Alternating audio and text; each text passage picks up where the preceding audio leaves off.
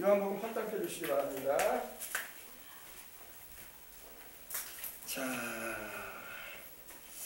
할렐루야. 요한복음 8장 오늘은 52절로부터 마지막 절까지 함께 우리가 은혜를 나눌 텐데, 오늘 8장 마지막 부분입니다. 이 저녁에 또 하나님께서 주실 은혜와 평강이 충만하시길 바랍니다. 자, 요한복음 8장 52절부터 우리 59절인데 우리 합독해 보도록 하겠습니다. 한 목소리로 우리 하나님 앞에서 합독하겠습니다. 유대인들이 이르되 지금 내가 귀신 들린 줄을 아노라. 아브라함과 선지자들도 죽었거늘 내 말은 사람이 내 말을 지키면 영원히 죽음을 맛보지 아니하리라 하니 너는 이미 죽은 우리 조상 아브라함보다 크냐? 또 선지자들도 죽었거늘 너는 너를 누구라 하느냐? 예수께서 대답하시되 내가 내게 영광을 돌리면 내 영광이 아무것도 아니거니와 내게 영광을 돌리시는 이는 내 아버지시니 곧 너희가 너희 하나님이라 칭하는 그 신이라. 너희는 그를 알지 못하되 나는 아노니 만일 내가 알지 못한다 하면 나도 너희같이 거짓말쟁이가 되리라. 나는 그를 알고 또 그의 말씀을 지키노라. 너희 조상 아브라함은 나이 때 볼 것을 즐거워하다가 보고 기뻐하였느니라. 유대인들이 이르되 내가 아직 50세도 못 되었는데 아브라함을 보았느냐? 예수께서 이르시되 진실로 너희에게 이르노니 아브라함이 나기 전에 내가 있느니라 하시니 그들이 돌을 들어 치려 하거늘 예수께서 숨어 성전에서 나가시니라. 아멘. 이제 요한복음 8장 말씀은요, 예수님께서 자신이 누군가에 대해서 그 유대인들에게 또 제자들에게 말씀하신 내용이 들어가 있습니다. 그래서 요한복음 8장은 예수님의 신성, 다시 말해서 예수님이 하나님이시라는 것을 우리가 알 수가 있는 장인 것입니다. 예수님을 믿지 않은 이들은 예수님이 하나님인 걸 모릅니다. 그냥 유명한 종교 지도자 가운데, 세계 4대 종교 가운데 기독교라는 그 종교를 창시한 유태인들의 메시아라고 하지, 이렇게 생각을 합니다. 대부분. 그리고 학교에서도 그렇게 가르쳐요. 4대 성인, 소크라테스, 또 공자, 또 종교인으로 말하면 마호메트나, 또 누가 있어요? 또 석가모니 있죠? 이렇게 해서 4대 혹은 5대 성인 가운데 한 분이다, 이렇게 가르칩니다. 그건 세상 사람들이 가르치는 거고, 하나님께서 말씀하시는 예수 그리스도는 하나님이세요. 할렐루야. 근데 유대인들도 예수님께서 하나님이시라는 그 사실을 몰라요. 모르니까 지금도 믿지 않고, 그 옛날에 우리 주님께서 요한복음 8장에 나오는 이 부분에서도 예수님이 하나님의 아들이요 또 성자 하나님이시라는 그 분명한 사실에 대해서 믿거나 인정하지 않고 오히려 주님을 대적하고 미워하고, 또 심지어 예수님을 향해서 성령 충만하셔서 눈먼 자를 보게 하시고 귀신을 내어 쫓으시고 38년 된 병자를 일으키신 그 예수님을 향해서 도리어 귀신 들렸다라고 이렇게 말할 정도로 오해스러운 말들을 막 하기 시작했어요. 여기서 보니까 유대인들이 이르되 지금 내가 귀신 들린 줄을 아노라. 예수님은 귀신 들려가지고 그런 일을 하신 게 아니에요. 예수님은 성령 충만하셔서 귀신을 내어 쫓고 병든 자를 고치신 걸 믿으시기 바랍니다. 하나님의 성령으로 충만하신 그 예수님이셨지, 귀신에게 시달려가지고 막 끌려다니면서 막 병든 자, 세상에 귀신이 귀신을 쫓아내는 일이 말이 됩니까? 귀신이 귀신을 쫓아내는 게 말이 돼요, 안 돼요? 말도 안 되는 얘기예요. 우리 예수님께서 마태복음 12장에 보면은요, 사단이 사단을 쫓아내게 되면은 그 나라가 어떻게 서겠느냐, 이렇게 말씀했어요. 한번 찾아봅시다. 마태복음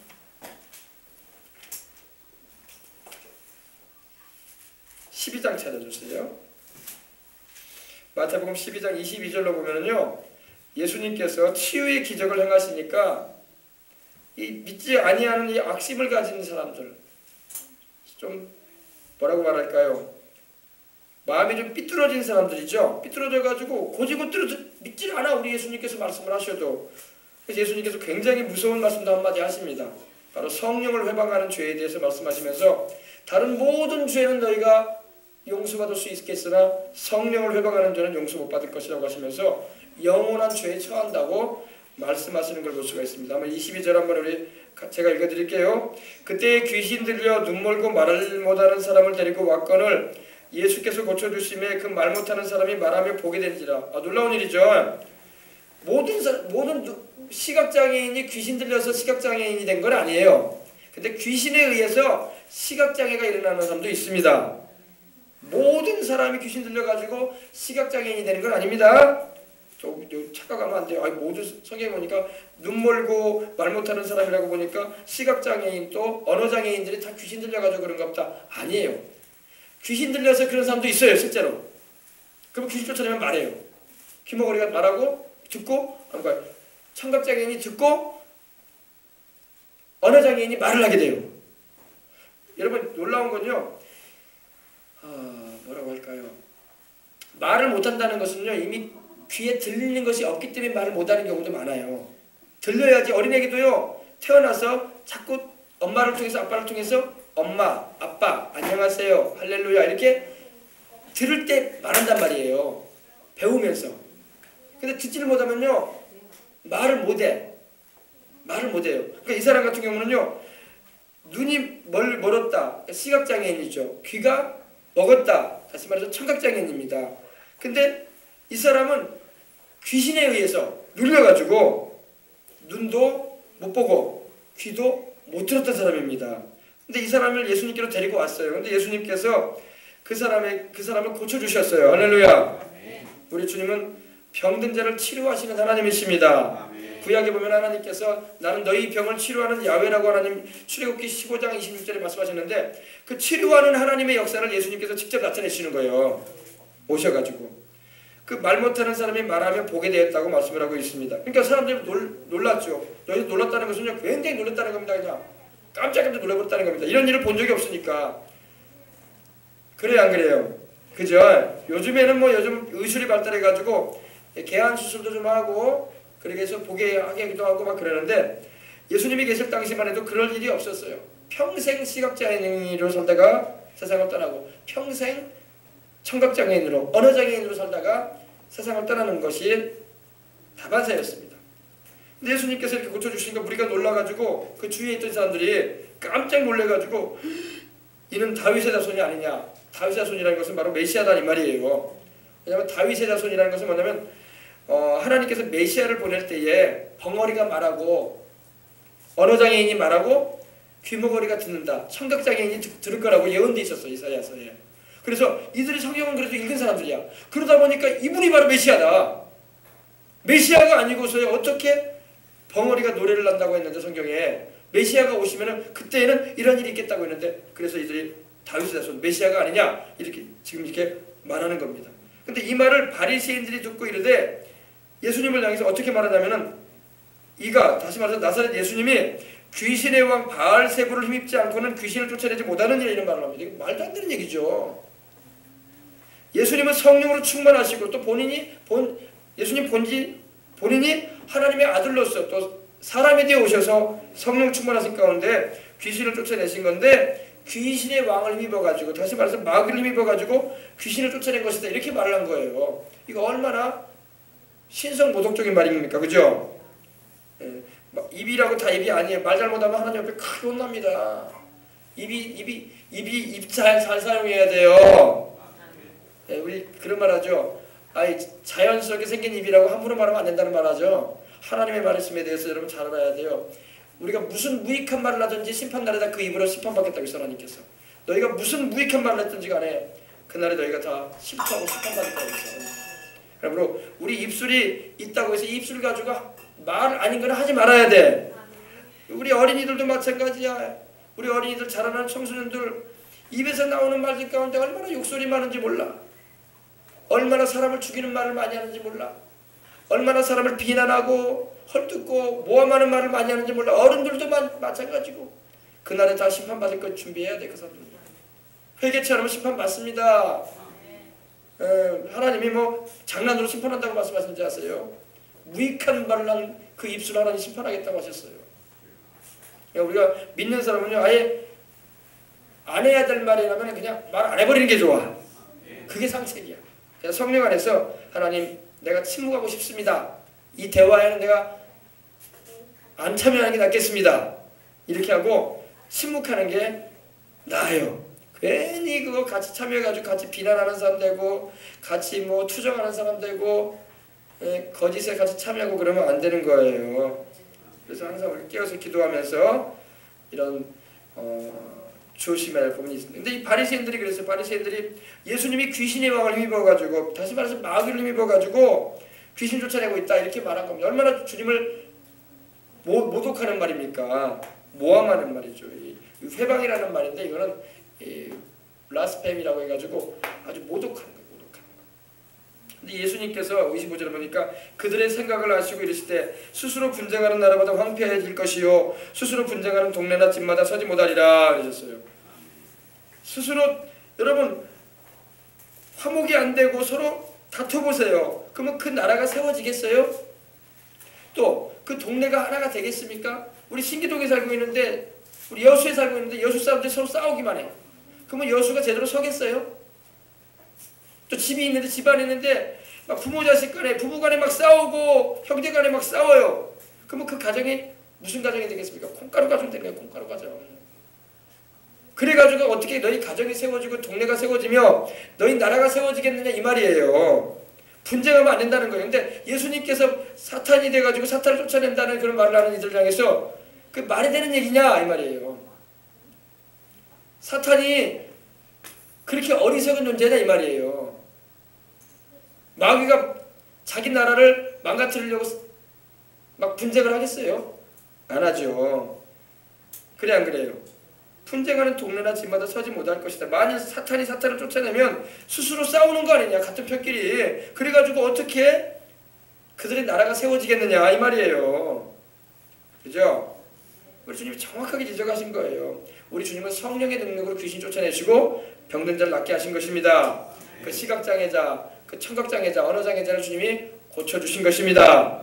그래서 또 27절에 보니까 내가 바알세불을 힘입어 귀신을 쫓아내면 너희의 아들들은 누구를 힘입어 쫓아내느냐? 그러므로 그들이 너희의 재판관이 되리라.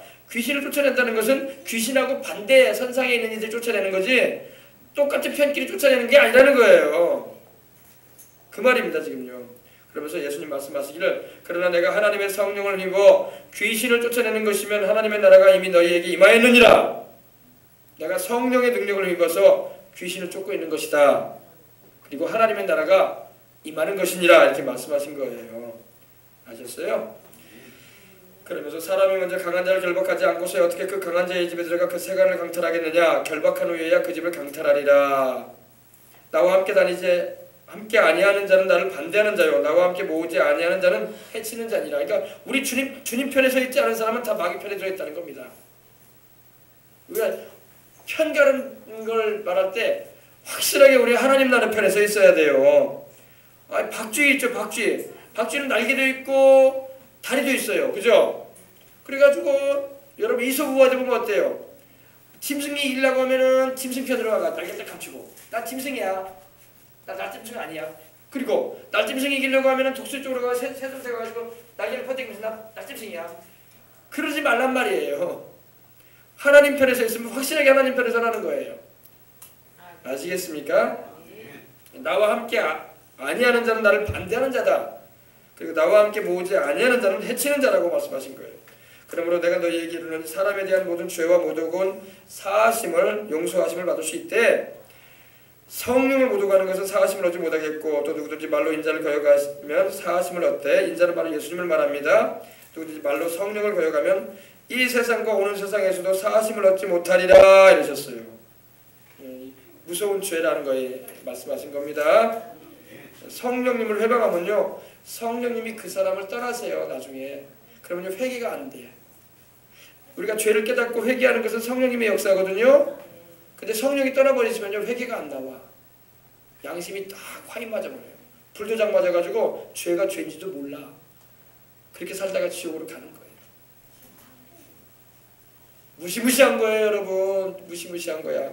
이 죄는 정말 우리가 조심해야 돼. 이 죄를 지어서도 안 될 뿐더러 이런 죄에 빠지는 일에 우리가 걸리지 않도록 항상 주의하고 하나님의 말씀 안에 서고 성령님의 역사 가운데 거해야 할 줄 믿습니다. 성령이 오시면 죄를 깨닫게 하시고 회개시키셔서 주 예수님을 믿게 하시는데 성령이 떠나버리시는데 어떻게 예수님을 믿을 수 있겠어?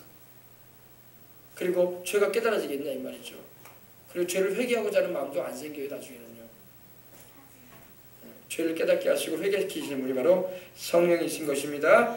그래서 우리는 성령을 회방하는 죄를 절대 지어서는 안 되는 거예요. 가장 무서운 죄입니다. 지옥으로 직행하는, 더 이상 이제 건너갈 수 없는 다리를 건너와 버리는 거예요. 무시무시한 죄입니다. 그러니까 예수님을 믿는 우리가 하나님께서 짓지 말라고 경고하시는 거예요. 우리가 하나님 아버지께 죄를 짓잖아요. 그럼 예수님이 오셔서 용서해줘요. 예수님께 우리가 죄를 범하잖아요. 성령님이 오셔가지고 우리를 회개시키세요. 성령을 회방하잖아요. 그럼 회개시킬 방법이 없어. 무시무시한 거예요. 무시무시한 거예요.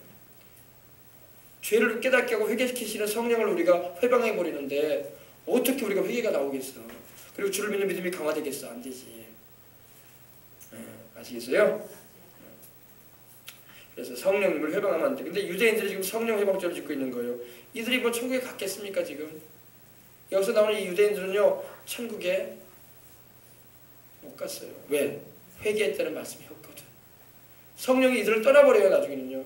그러면 아무리 종교 생활을 해도 마음에 하나님을 향한 회개하는 마음도 없고 죄를 깨닫는 일도 없고 완전히 양심이 불도장을 맞아버리는 거예요. 그래가지고 감각이 없어져 버리는 거예요. 그런 죄 가운데 절대 떨어져서는 안 될 것입니다. 가장 무서운 죄예요. 하나님이 어마어마하게 진노하시는 죄입니다. 이거는요. 그러니까 우리에게 오시는 성령님은요 너무나 귀한 분이에요. 하나님 아버지가 또 우리 또 성령 하나님을 얼마나 귀히 보시는지 몰라, 귀히 여기시는지 몰라. 그 성령을 우리가 모욕하고 그래 보면요 하나님이 어마어마하게 진노하시는 거예요. 그 말씀이 바로 찾아봅시다. 히브리서 10장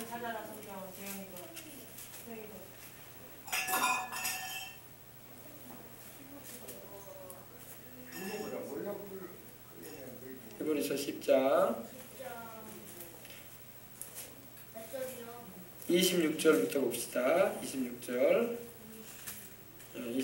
31절이면요 예수님이 십자가의 대속의 은총을 부인하고 성령을 모욕하는 자들이 받는 이 형벌이 나오는데 어마어마하게 무섭다는 것입니다. 우리가 진리를 아는 지식을 받은 후 짐짓죄를 범한즉 다시 속죄하는 제사가 없고 오직 무서운 마음으로 심판을 기다리는 것과 대적하는 자를 태울 맹렬한 불만이 있으리라. 모세의 법을 폐한 자도 두세 증인으로 말미암아 불쌍히 여김을 받지 못하고 죽었거든. 하물며 하나님의 아들을 밟고, 여러분 하나님의 아들을 밟는 게 뭡니까? 예수님을 죄인 취급해버리는 거야. 죄가 없으신 그 예수님, 우리를 위해서 십자가 달려주신 그 사랑의 우리 예수님을 짓밟는 것.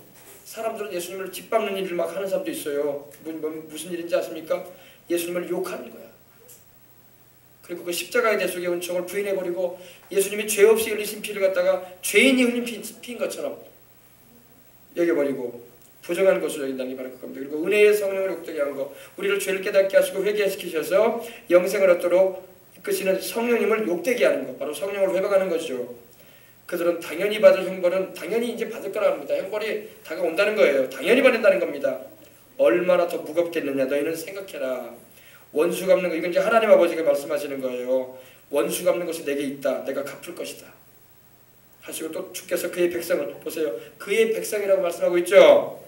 이 죄는요 예수님을 알지 못하는 사람들이 짓는 죄가 아니라 믿는 사람들이 잘못하면 짓는다는 거예요. 그러므로 이 죄에 빠져서는 안 될 것입니다. 그의 백성을 심판하시리라 하신 것을 우리가 아노니 살아계신 하나님의 손에 빠져들어가는 것이 무섭다 이랬어요. 바울도 이걸 바울이 기록했거든요. 히브리서를요. 바울이요 하나님의 손에 빠져들어가는 것은 무섭다. 여러분 우리는 하나님은 사랑의 하나님이니까 무서운 분이 아니다라고 생각하는데 안 그래요. 무섭다고 말씀하고 있잖아요. 하나님 무서워요. 그래서 예수님 믿는 사람은 하나님의 사랑만 자꾸 말하지 말고 하나님이 무서운 분인 것도 알아야 돼. 아유 무서운 것도 알아야 돼. 진짜 하나님 무서우니까 무섭다고 할아버지 누가 뭐 성경 기록하면서 겁주려고 이렇게 기록했겠어요? 실제로 하나님이 두려운 분이라는 거예요. 두려운 하나님. 물론 우리를 어마어마하게 사랑하셔서 그를 믿고 순종하는 자에게 그 아들 예수님 안에서 구원받은 우리는 어마어마하게 사랑해 주십니다. 그러나 하나님의 그 사랑을 저버리고 비웃고 도전하고 대적하는 인생들에 대해서는 하나님께서 마지막에 가서는 심판하신다고 말씀하고 있는 거예요. 그 하나님의 손에 빠져들어가는 것은 무서운 일이다. 그 진노가 영원하기 때문입니다. 하나님은 사랑도 영원하고 진노도 영원해요. 그래서 지옥이 영원한 곳이에요. 천국도 영원한 곳이고 하나님의 그 사랑 안에 거하는 자는 천국에서 영원히 살 것이고, 하나님의 그 사랑을 저버리고 비웃고 조롱하고 그 십자가에 희생하신 우리 주님의 그 은혜를 짓밟는 이들에게는 하나님이 영원히 진노하겠다는 겁니다. 영원히 끝없이 진노하겠다는 거예요. 그 진노의 현장이 불과 영으로 타는 못이에요. 불과 영으로 타는 것. 여기 가지 말라고 우리는 전도하는 것이고, 또 우리 주님을 잘 믿자고 전하는 것입니다. 그래요. 자, 요한복음 바로 들어갑니다. 유대인들이 이르되 지금 내가 귀신 들린 줄 아노라. 지금 성령 회방죄 짓는 겁니다. 아브라함과 선지자들도 죽었거늘 내 말은 사람이 내 말을 지키면 영원히 죽음을 맛보지 아니하리라 하니. 맞는 말씀하셨죠. 근데 이 사람들은요, 예수님이 아브라함보다도 못하고 선지자들보다도 못한 그런 하나의 나사렛 출신의 그냥 보통 사람으로만, 목수의 아들로만 여겼던 거예요. 근데 예수님께서 하신 말씀 가운데 내 말을 지키면 영원히 죽음을 보지 아니하리라 이렇게 말씀하셨는데, 예수님을 믿게 되면 여러분 영원히 영생하게 되는 것입니다. 주님은 그걸 말씀하신 거예요. 내 살을 먹고 내 피를 마시는 자는 생명을 가졌고 사망에 이르지 아니하나니. 할렐루야. 나를 믿는 자는 영원히 살리라 그러셨단 말이에요. 그러니까 지금 그걸 가지고 이제 꼬투리 잡는 거예요. 아유, 나사렛 예수, 당신의 말을 지키면 영원히 죽음을 보지 아니하리라고 했는데, 아유, 어떻게 사람이 안 죽소? 우리 조상 아브라함도 죽었고 선지자들도 죽었지 않았소? 그러면 그 말이 맞는 말이요 이렇게 말하는 겁니다. 우리 예수님께서 말씀하신 것은 육신의 죽음을 말하는 게 아니라 영혼의 죽음을 말하는 것입니다. 육신적으로는 믿는 사람이든 안 믿는 사람이든 다 죽음을 겪게 돼요. 그러나 영혼이 사느냐 아니면 영혼이 멸망당하느냐, 영혼이 멸망당하는 걸 우리는 죽음이라고 말하는 거예요. 또 여러분, 우리 주님이 하신 말씀이 거짓말이 아닌 것은 우리 육신도 부활하게 될 거예요. 주님 오시는 그날에. 그러므로 우리는 죽음을 영원히 맛보지 않을 거예요. 주님 오시는 그날에 우리가 부활의 몸을 입을 거라고 분명히 주님 말씀하셨어요. 아멘. 나를 믿는 자는 죽어도 살 것이다 이랬기 때문에 육신이 몸이 죽을지라도 주님 오시는 그날에 부활의 몸을 입게 해주셔서 영원히 살게 하겠다고 말씀하신 것입니다. 그렇습니다. 육신적으로가 아니라 영적으로도 살 뿐만 아니라 또 주님 오시는 그날에 영혼도, 우리 육신도 부활하게 돼서 죽지 않은 몸, 썩지 않은 몸, 병들지 않은 몸, 약하지 않은 몸을 입을 것입니다. 그걸 주님은 말씀하셨어요. 마지막 나팔 소리에 후련히 변화될 것이다 그랬어요. 변화되어져서 주님을 만나게 될 것입니다. 또 살아있는 이들은요. 그러면서 이 사람들이 말하기를 너는 이미 죽은 우리 조상 아브라함보다 크냐? 또 선지자들도 죽었거늘 너는 너를 누구라고 하느냐? 자꾸 우리 예수님의 정체를 물어봅니다. 우리 예수님께서 자신이 하나님의 아들이요 세상에 오신 구주라는 것을 잘 아시고 또 스스로 계신 하나님이심을 증거하셨는데, 성자 하나님임을 증거하는데도 믿지를 않는 거야. 믿지를 않으니까 거푸거푸 계속 질문을 하고 주님은 또 대답을 또 해주셔요. 그래서 한 번 더요. 너는 이미 죽은 우리 조상 아브라함보다 크냐? 여러분, 아브라함보다 예수님이 커요 안 커요? 비교할 수가 없죠. 어떻게 아브라함과 예수님을 비교합니까? 물론 혈통적으로는 아브라함의 자손으로 우리 예수님 오셨지만, 다윗의 자손으로 오셨지만 예수님은 아브라함이 섬긴 하나님이었고 다윗이 찬송하고 섬긴 하나님이 예수님이에요. 예수님은 영원전부터 계신 하나님의 말씀 아니십니까? 태초부터 계신, 영원전부터 하나님 아버지와 함께 하신 성자 하나님 아니세요? 그죠? 질문 자체 지금 잘못하고 있는 거야. 그러니까 이 사람들은요, 지금 예수님이 하나님이심을 인정하지 않는 거야. 그리고 계속 물어보는 거야. 그냥 단지 나사렛 출신의 목수 아니냐, 목수 아들, 요셉의 아들 아니냐, 그러면서 지금 이렇게 묻는 겁니다. 선지자들도 죽었거늘 너는 너를 누구라 하느냐.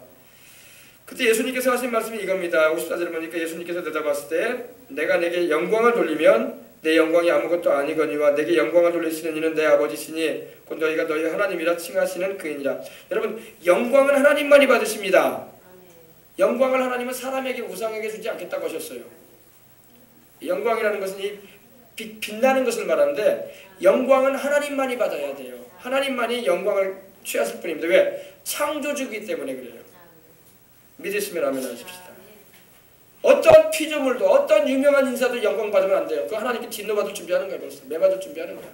영광은 사람이 취하면 안 됩니다. 하나님의 영광을 도둑질하다가 죽임당한 사람들이 많아요. 마귀는요, 하나님의 영광을 도둑질하라고 자꾸 우리에게 유혹합니다. 하나님만이 받으셔야 할 영광을 취하라 이거예요. 마지막은 멸망이에요. 멸망. 하나님은 영광을 나누지 않겠다고 하셨어요. 영광은 내 것이다. 내가 너희를 만들었고 내가 너희를 구원하는 하나님이니 내가 영광 받을 자다. 할렐루야. 하나님만이 영광 받으실 분이에요. 어떤 정치 지도자도 어떤 종교인도 어떤 사람도 영광을 받아서는 안 됩니다. 영광은 하나님의 것이에요.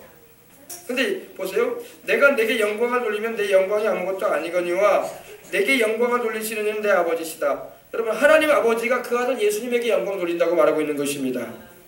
왜냐면 예수님도 하나님이기 때문에 그래요. 아시겠어요? 예수님이 하나님이시기 때문에 영광을 받으시기에 합당한 분이라는 거예요. 바로 아버지 하나님께서도 그 아들 예수님에게 영광을 돌리신다고 말씀하고 있는 겁니다. 그런 예수님이 바로 하나님과 동등된 분이라는 거예요. 아버지 하나님과 동등되신 분으로서 영광을 받으시는 분이라는 것입니다. 아셨어요? 한번 찾아보세요. 히브리서 1장 8절 보십시다. 히브리서를 보면은요, 예수님이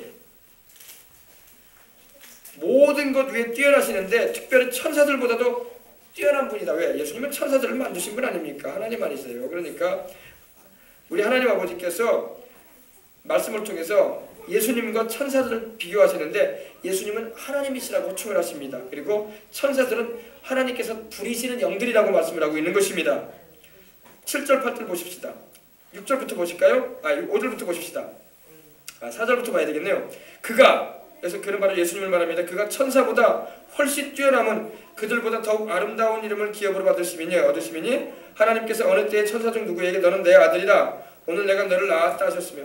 여러분 천사들은 하나님의 아들들이 아니에요. 하나님의 자녀가 아닙니다. 천사들은 하늘에서 하나님을 섬기는 종들이야. 우리 인간들보다 먼저 지음을 받았지만은 그들은 하나님을 섬기고 하나님의 명령을 행하는 종들인 것입니다. 천사들은 하나님께서 천사들을 향해서 너는 내 아들이라고 한 적이 없어요.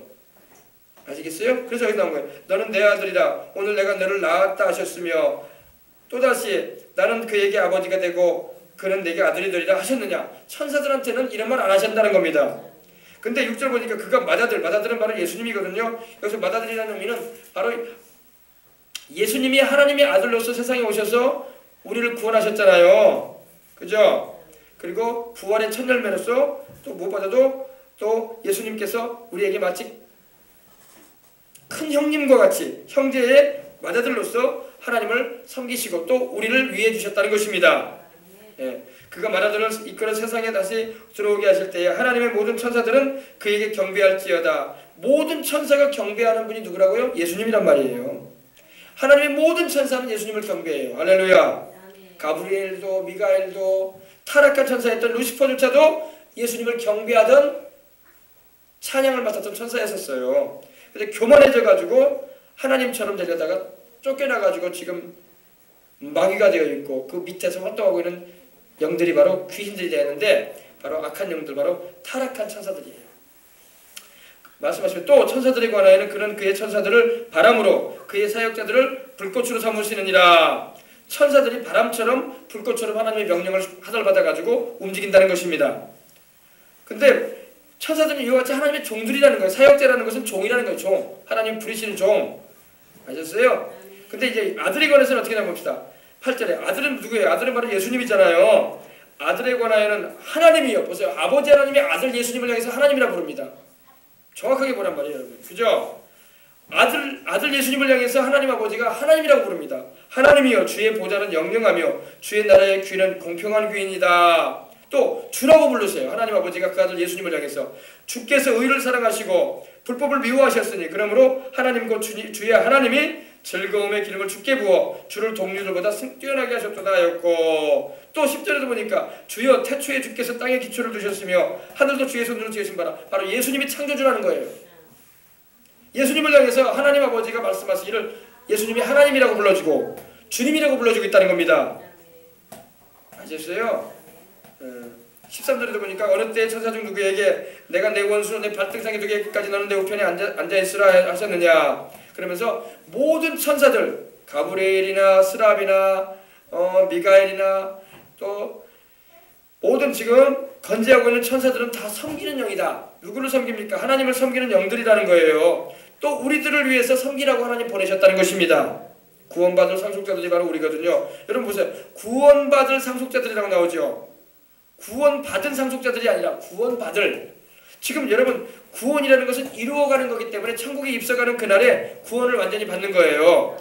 그때까지 이 세상을 살고 있는 우리들을 상속자는 바로 후사들, 가업을 이어갈 하늘나라를 이어받을 우리들을 위해서 천사들을 보내셔서 섬기라고 했다는 겁니다. 무슨 말씀인지 아시겠어요? 천사들은 우리보다 먼저 하나님께 지음받았지만 천사들은 하나님의 자녀가 아니야. 우리는 하나님의 자녀야. 할렐루야.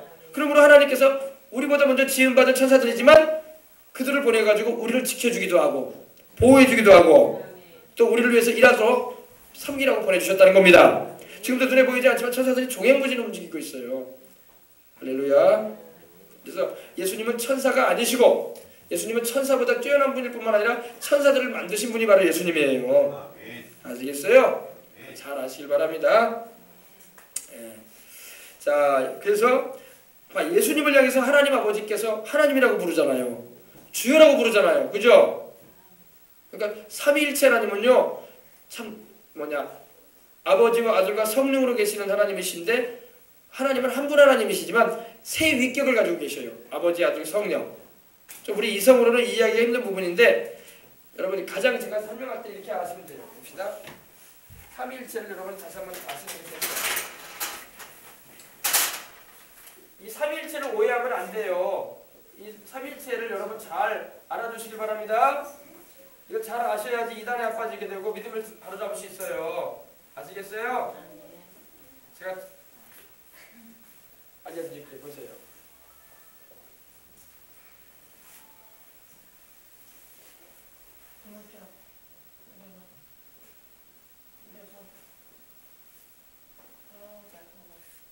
성부도 하나님이시고 성부 아버지 하나님 여호와 야훼 그죠? 구약의 전면에 나타나서 일하신 하나님 그죠? 성자가 누구예요? 예수님이죠? 성령님이 누구세요? 보혜사 예수님이 영이잖아요. 보혜사 성령님. 보혜사라는 말은 보호해주고 은혜를 베풀고 가르쳐주신다는 뜻을 가지고 있습니다. 근데 영어 성경으로 보면 컴포터로 나와요. 위로자 또 헬퍼 우리를 돕기 위해서 와 계신 분이라는 겁니다. 성부, 성자, 성령이 하나님이세요. 아멘. 그죠? 성부 하나님은 성자 하나님이 아니에요. 그래요, 안 그래요? 아니에요. 아버지 하나님과 아들 하나님은 구별이 됩니다. 구별이라는 말을 여러분 꼭 알아두세요. 구별. 아버지 하나님과 성령 하나님은 성령 하나님은 아버지 하나님이 아니에요. 맞아요, 틀려요? 그죠? 아니죠? 성자 예수님하고 성령님은 어때요? 성자 예수님이 성령님이에요? 아니죠. 이렇게 하시면 돼요. 한 분 하나님입니다. 근데 성부, 성자, 성령으로 계시는 한 분 하나님이신데 하나세요. 근데 성부 하나님은 성자 하나님이 아니고 성자 하나님도 성령 하나님이 아니고 성령 하나님도 아버지 하나님이 아니에요. 그러나 하나님이세요. 구별되면서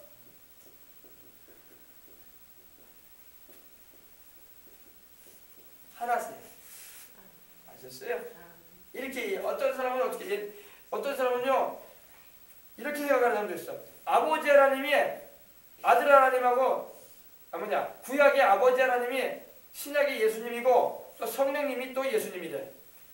그래 좀 이상하게 이해를 하고 있는 거예요. 좀 바람직하지 않은 이해입니다. 구별이 되십니다. 지금 아버지 하나님 어디 계셔요? 천국에 계시죠. 아들 하나님도 십자가에서 구원을 이루시고 천국에 계시죠. 지금 우리와 함께 하시는 하나님은 성령님이세요. 그죠? 그런데 성령님이시지만 아버지 하나님과 아들 하나님이 성령을 통해서 우리와 함께 하시는 거예요. 참 이성적으로 이해하기가 쉽지 않은 부분이에요. 하나님의 존재 양식이 이거거든요. 그러니까 이걸 우리가 쉽게 얘기한다는 거예요. 아셨어요? 성부, 성자, 성령 하나님은 다 하나님이세요. 하나님 유일한 하나님이십니다. 그러니까 세 위격의 한 하나님, 삼위일체라고 하죠. 영어로는 트리니티 갓이라고 하는데 삼위일체, 세 위격, 독립된 인격을 가지고 계셔요. 독립되신 분이에요. 그러나 한 분이세요. 참 이해하기가 쉽지가 않죠. 하나님을 우리가 어떻게 이해하겠어요, 그죠? 우리 좁은 머리를 가지고 태평양 바닷물을 우리가 이만한 컵에다가 다 못 담는 것처럼 하나님께서 그냥 성경에 말씀하고 있는 대로만 우리를 믿으면 돼. 그래서 창세기 1장 26절에 보면은 사람을 만들 때 우리의 형상과 우리의 모양이라고 말씀하셨어. 우리. 하나님이 자기를 말씀하실 때 우리라고 하셨어요. 그리고 창세기 11장에 보면요, 바벨탑을 쌓을 때도 하나님이 우리가 땅에 내려가자고 하십니다. 그들이 뭐 하는가 보자고. 여기서 우리라고 말씀하셨어요. 우리는 뭐예요? 나, 너, 우리. 그죠? 네. 네. 그리고 또 이사야서 6장에 보면은 누가 우리를 위해서 갈고 이렇게 말씀하셔요. 하나님이. 누가 우리를 위해서 갈고. 우리라는 말이 뭐야? 바로 하나님이 삼위일체로 계시기 때문에 그래요. 우리라는 말이 거기서 나옵니다. 또 여러분 성경을 보게 되면 삼위일체 하나님에 대해서 많이 나오는데 어떻게 해볼까요? 우리가 침례받을 때 누구 이름으로 세례받습니까? 성부, 성자, 성령의 이름으로. 아버지와 아들과 성령의 이름으로 침례를 주라 그러셨어요. 그죠? 아버지와 아들과 성령의 이름으로. 또 축도 받을 때 고린도후서 13장 13절을 보면요, 주 예수 그리스도의 은혜와 하나님의 사랑과 성령의 교통하심이 너희 우리와 함께 할지어다. 할렐루야. 네, 삼위일체 하나님 이름으로 축복합니다. 그리고 침례도 삼위일체 이름으로 성부, 성자, 성령의 이름으로 하고, 또 민수기에서 보면 민수기 6장 22절로 보면요, 6장 22절로 23절을 보면요, 여호와께서는 너를 내게 복을 주시며 너를 지키시기를 원하고, 여호와께서는 내게 은혜를 베풀어 주시고, 또 여호와께서는 내게 평강 주시기를 원하노라 하셨어요. 여호와라는 말이 3번 나와. 3번. 아시겠어요? 그래서 우리는 축도 때, 축도로 이걸 구약의 축도거든요. 이게 축복기도거든요. 주의 종이 축복할 때 성부, 성자, 성령의 이름으로 축복하잖아요. 저도 여러분에게 축도할 때 아버지 하나님의 사랑과 우리 주 예수 그리스도의 은혜와 성령의 교통하심을 말하면서 축복하잖아요. 그죠? 삼위일체 하나님이세요. 알겠어요?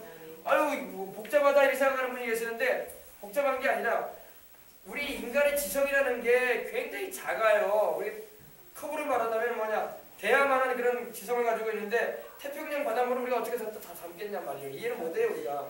하나님께서 말씀하시니까 그대로 우리는 믿을 뿐이야. 왜? 우리라고 분명히 하나님 말씀하고 있고, 또 우리라고 말씀하고 있고, 또 우리라고 말씀하시고, 또 여기도 보면 여호와라는 말이, 야훼라는 말이 3번 나와요. 3번. 야훼께서 이렇게 하면서 야훼 3번 나옵니다. 그래서 우리가 믿는 하나님은 성부, 성자, 성령으로 계시는 한 하나님. 하나님이 그러면 3분이냐? 아니에요. 한 분입니다. 그러니까 많은 사람들이 수학 공식처럼 이해를 못하는 거야. 하나님은 수학 공식처럼 이해되시는 분이 아니야. 우리 마음으로 믿는 분이지. 할렐루야.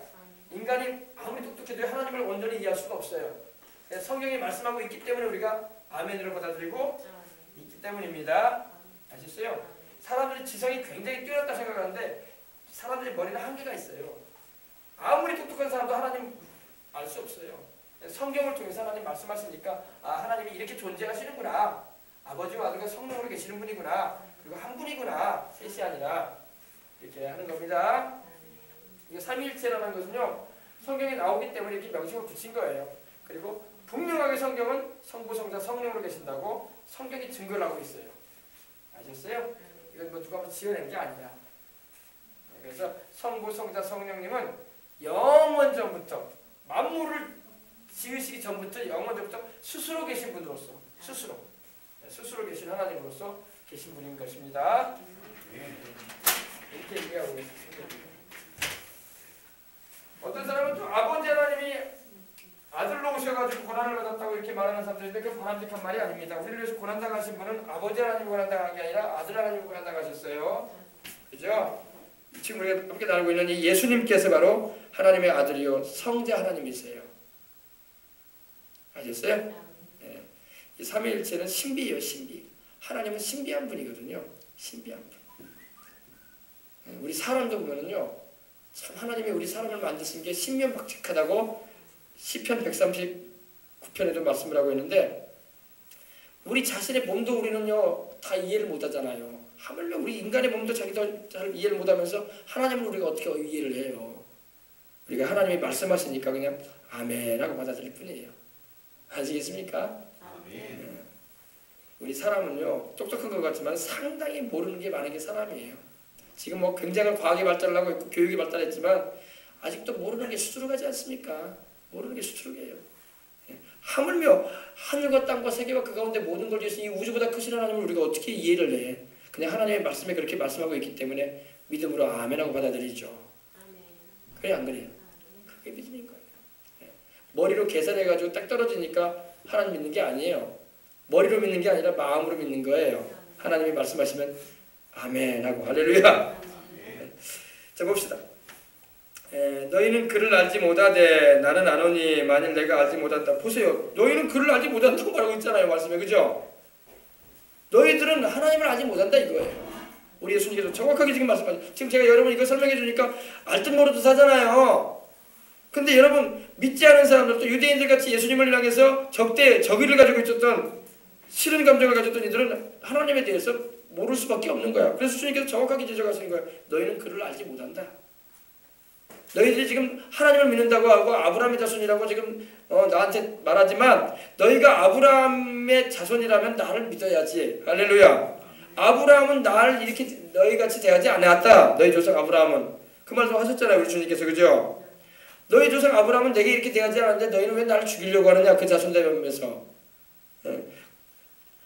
아브라함이 섬긴 그 하나님이신 예수님을 향해서 돌을 쏘서 죽이려고 하고 꼬투리 잡아가지고 뭡니까?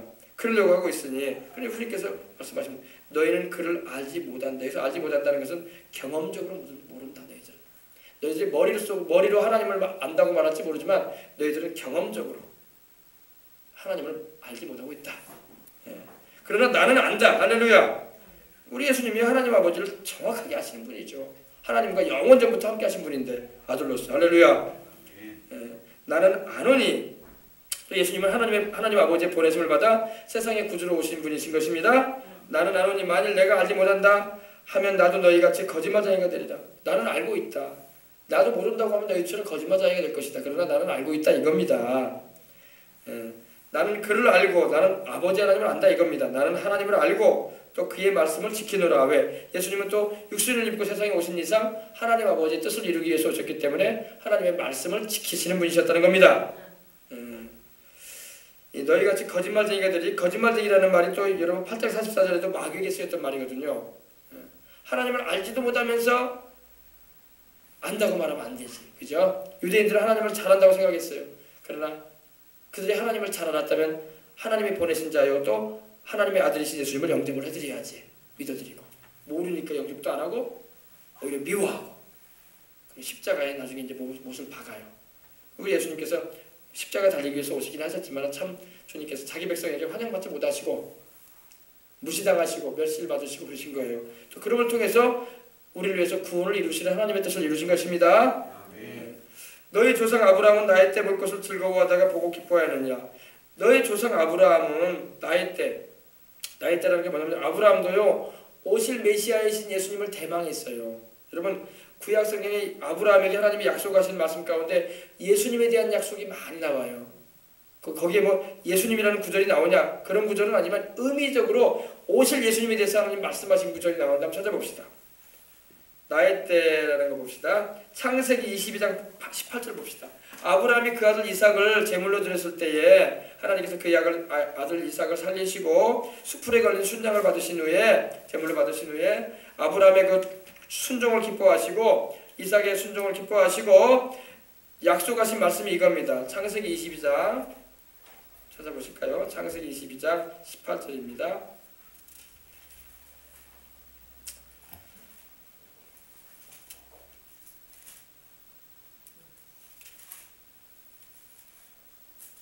네, 18절 16절부터 보십시다. 15절부터 보십시다.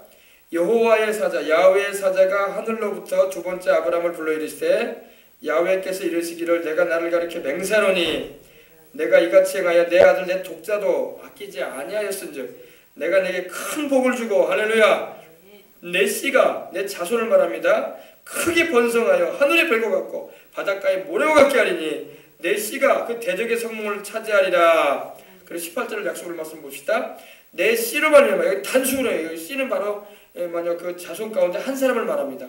내 씨로 말미암아 천하 만민이 복을 받으리니 바로 이 씨가 바로 예수님을 말하는 거예요.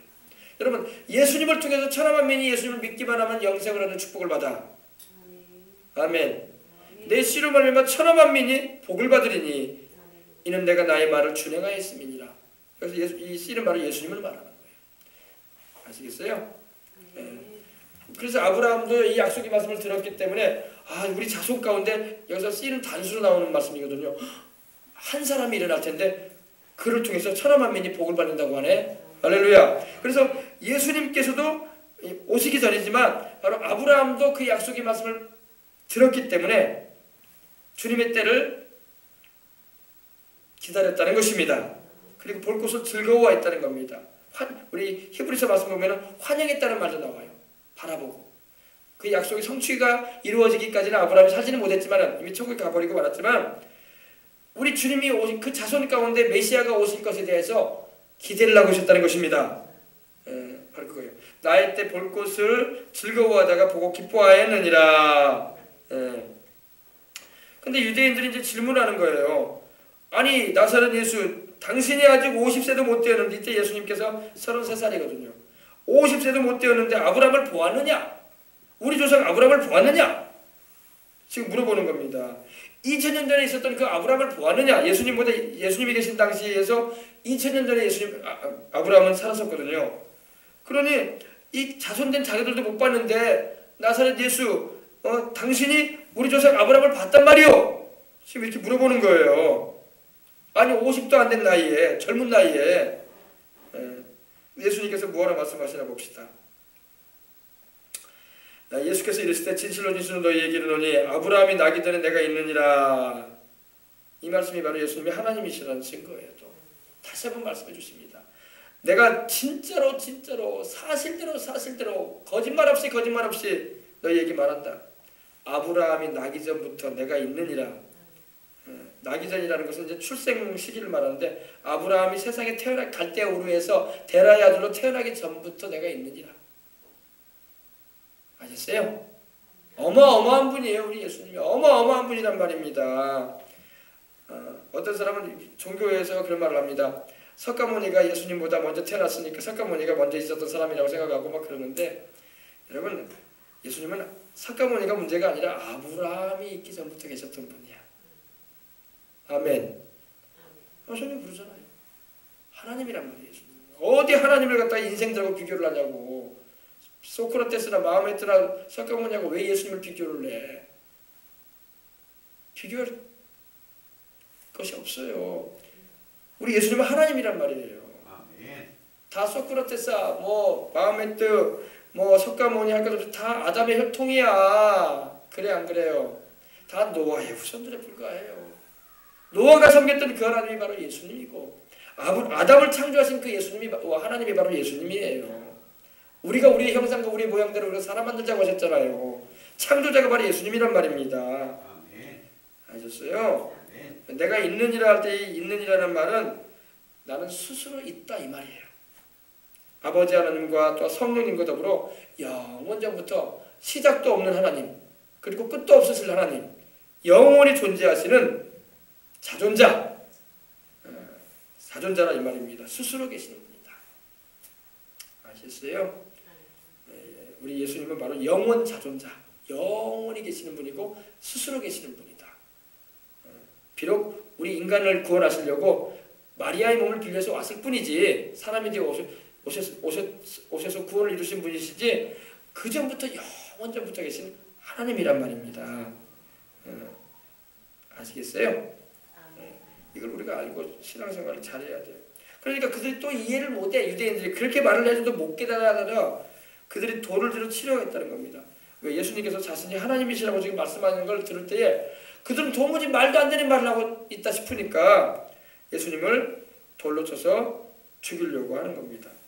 예수님께서 아직 십자가에 달리실 때도 아니고 아직 주님이 죽을 때가 아니기 때문에 조용히 무리들 속에 들어가셔서 숨으신 거예요. 아시겠어요? 우리 예수님께서 아직 때가 이르지 않았기 때문에 아직 십자가를 지시할 때가 아직 이르지 않았어요. 그래서 잠시 숨으신 것입니다. 참, 영원하신 하나님이 바로 성자 하나님께서 사람이 되어 오신 분이 바로 예수님이신 거예요. 이걸 잘 아시고 섬기시기 바랍니다. 다시 말씀드립니다. 나이 때 볼 것을 즐거워했다. 아브라함은 그 아들 이삭의 후손 중에 천하만 민에게 복을 미치는 메시아가 태어나리라는 하나님의 약속을 확실히 믿고 기뻐했던 것입니다. 그래서 여러분에게 나눴던 말씀이 바로 그거였고, 또 예수님께서는 아브라함이 세상에 태어나기 전에부터 계신 분이었다는 겁니다.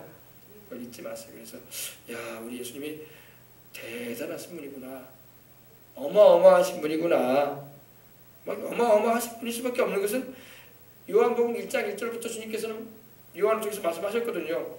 하나님과 영원전부터 함께 하셨던 하나님, 그리고 우리를 구원하시려고 인간의 몸을 입고 오신 하나님, 그분이 바로 예수님. 지금도 예수님은 완전한 하나님이시고 지금도 완전한 인간으로 계셔요. 왜? 지금도 부활하신 그 몸을 가지고 하나님 우편에 계시기 때문입니다. 그래서 예수님은 지금도 완전한 하나님으로서 또 완전한 사람으로 영원히 계시는 하나님이에요. 그리고 우리를 하나님 아버지와 이어주시는 유일한 중보자가 되어주신 것입니다. 지금도 그 사역을 지금도 하고 계시는 거예요. 그래서 우리 예수님을 의지하기만 하면은 우리는 항상 하나님 앞에 나갈 수가 있게 되었고, 우리 예수님만 의지하기만 하면은 우리의 예배와 봉사와 헌신과 드리는 헌금과 모든 우리가 주님을 위해서 하는 모든 일들은 하나님께 연락이 되어지는 거예요. 예수를 통하지 않으면 연락이 될 수가 없어요. 예수님을 통해야 돼. 예수님이 바로 하나님께 우리가 나아가는 둘도 없는 길이시기 때문입니다. 오늘 말씀 좀 어려운 말씀인데 잘 이해를 하셨는가 모르겠네. 잘 여러분 마음에 새기시고 흔들리지 마시고 주님을 따라가시기 바랍니다. 예수님이 하나님이시라는 것을 인정하지 않으면 영생을 얻을 수가 없어요. 예수님이 하나님이시고 또 우리를 구원하기 위해서 사람이 되어 오신 주님이시라는 그 분명한 사실을 믿지 않으면 영생 얻을 수가 없어요. 천국에 들어갈 수가 없습니다.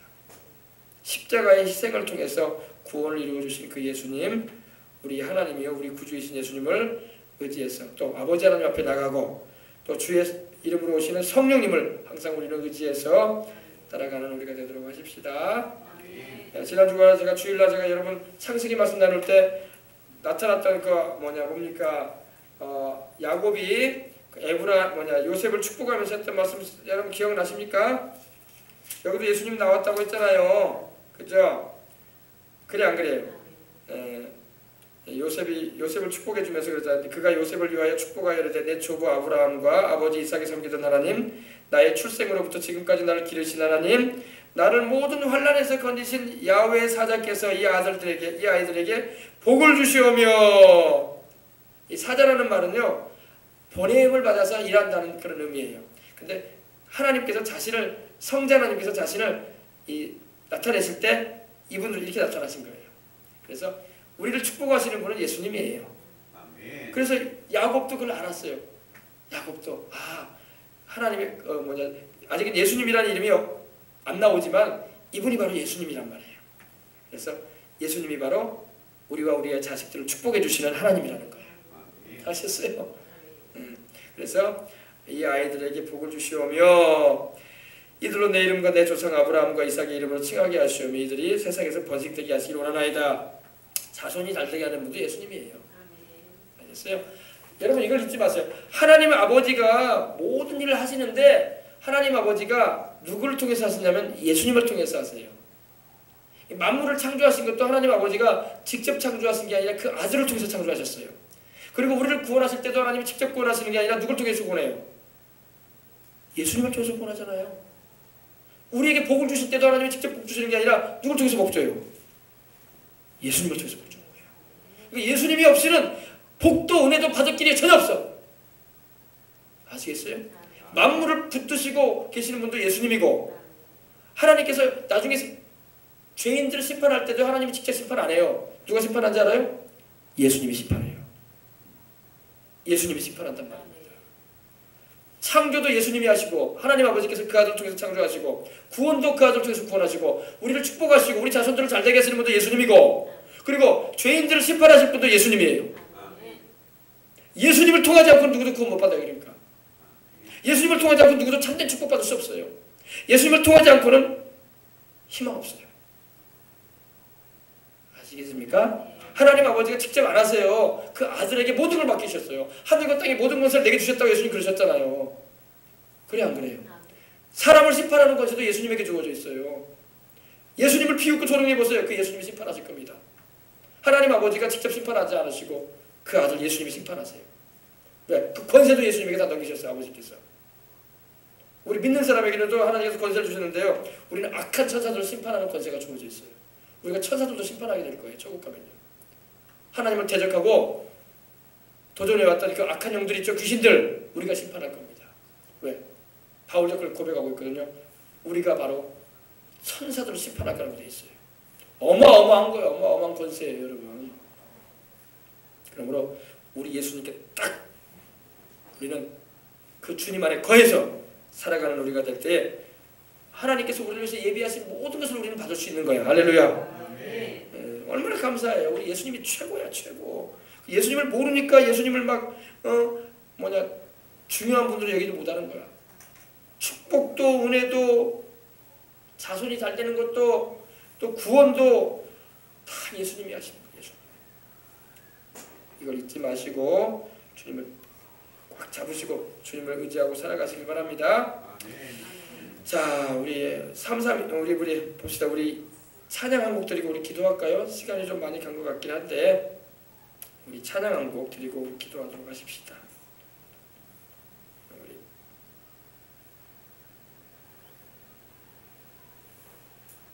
우리 완전하신 나의 주 다시 한번 우리 찬양하실까요? 기억하시면서 우리 예배합니다. 다시 한번 찬양 드리면서 우리 예수님 이름으로 기도하도록 하십시다. 완전하신 나의 주 의의 길이신 예수님을 통해서 하나님께 나아갑니다. 십자가에서 이루신 그 은혜를 감사합니다. 완전하신 나의 주 의의 길로 날 인도하소서. 행하신 모든 일 주님의 영광 다 경배합니다.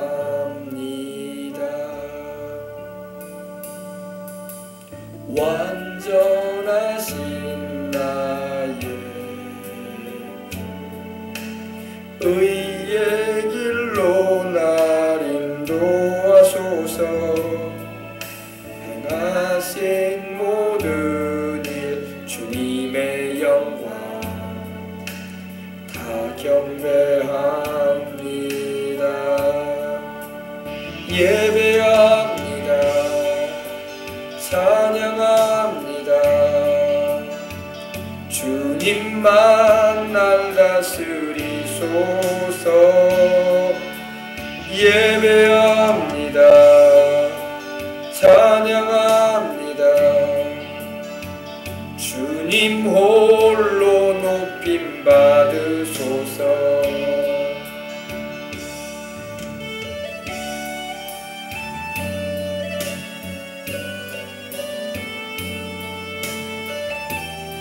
주님, 우리는 부족하오나 주님의 보혈을 의지합니다.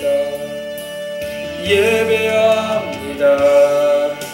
찬양합니다. 주님만 날 다스리소서. 예배합니다. 찬양합니다. 주님 홀로 높임 받으소서. 예배합니다. 예배합니다. 찬양합니다. 주님만 날 다스리소서.